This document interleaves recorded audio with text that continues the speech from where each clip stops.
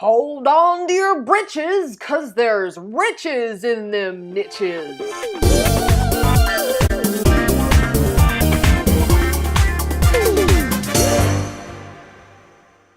Hello, I'm Allison from Wonderlast.com, and today you are watching the second episode of From Frustrated to Fabulous. Now, if you've watched one of these episodes before, you'll know that this is that time once per week where I pop in to turn an online business-related woe into an online business win. In other words, I take a specific online business frustration that makes you want to pull your hair out and give you a solution. And today's online business woe is how to discover who your ideal customer is and where the heck you can actually find them. So if you've ever had questions like, do I really need to niche down? Is it niche or niche? Niche? Niche?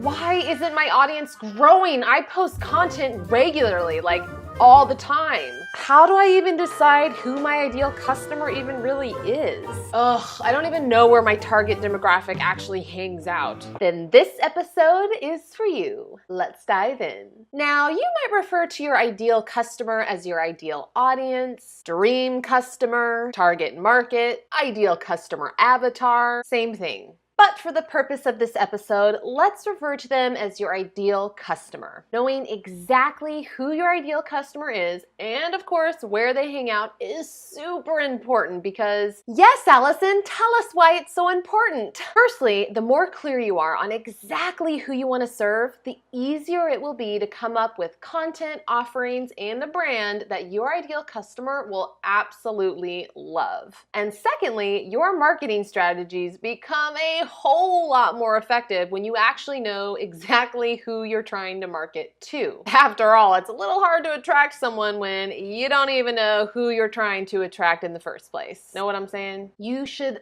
always have your ideal customer in mind when you literally do or create anything and everything. As they say, there's niches in them riches. Or wait, riches in them niches. Because when you try to appeal to everyone, you end up, appealing to no one. Hell, I blogged nearly 5 days a week for literal years, and I grew pretty much zero audience. Why? Because my focus was way too broad. And the second I got really clear on who I wanted to serve and I narrowed everything way down, guess what happened? I started getting a following. So all of this to say that knowing exactly who your ideal customer is and where they hang out is really super duper duper duper duper duper quadruper important. So to figure out who your ideal customer is and where they hang out, follow these 3 steps. Step number 1, ask yourself, in a perfect world, who exactly do I want to serve? Do I want to serve stay-at-home moms who like to bake vegan goodies in their animal onesie? Do I want to serve mid-aged female runners who like to participate in half marathons and then go home and put on their animal onesie? Do I want to serve 30-something female entrepreneurs who have their own online animal onesie shops? I might have a thing for animal onesies.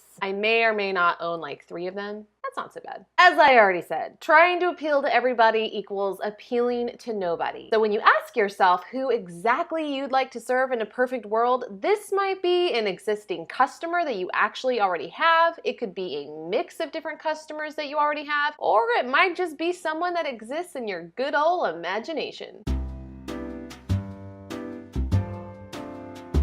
But you should be able to talk about your ideal customer like they are your best friend. You need to know exactly who they are inside and out. Step number 2 is to sit down and create your ideal customer avatar. So sit your butt down and on a piece of paper, describe your ideal customer in detail. Again, you might already have existing customers that you can actually refer to, or you might just need to use your imagination. And keep in mind that it's pretty common that you are your own ideal customer. I feel like that's Inception or something, but it's really not. I mean, or is it? So sit down and on a piece of paper or on a document on your computer, write down things like their basic demographics, their passions, their interests, their goals, where they like to hang out online, where they like to hang out offline, things they don't like, their pain points, their frustrations, their struggles.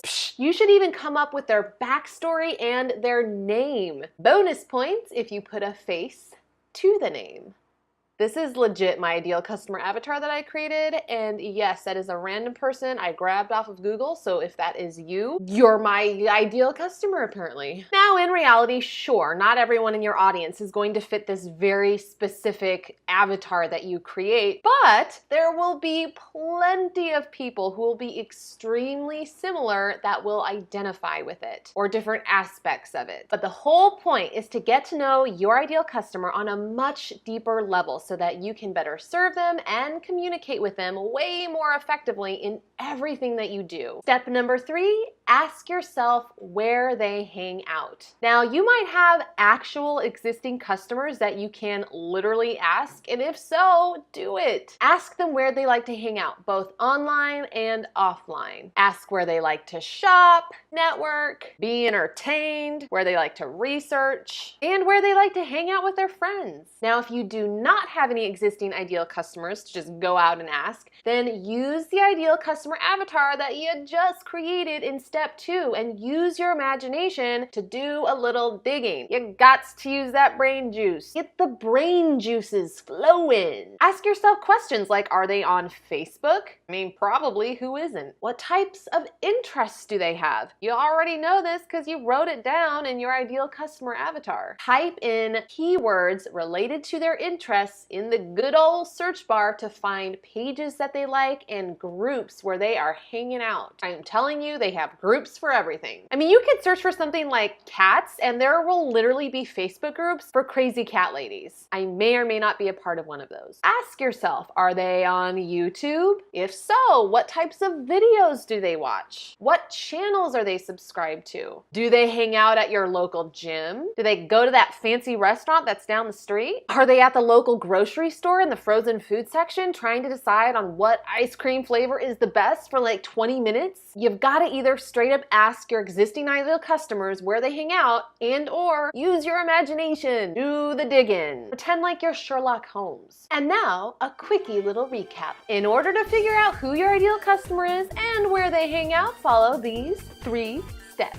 Step number 1, ask yourself, in a perfect world, exactly who do I want to serve? Step number 2, sit your butt down and create your ideal customer avatar. Step number 3, ask yourself where they hang out, either by literally asking your existing customers or by using the avatar that you just created to do a little digging. And did you enjoy this video? If you did, then you can totally make my day by either liking the video, leaving me a comment below, because yes, I do actually love hearing from you, or just sharing it with the world.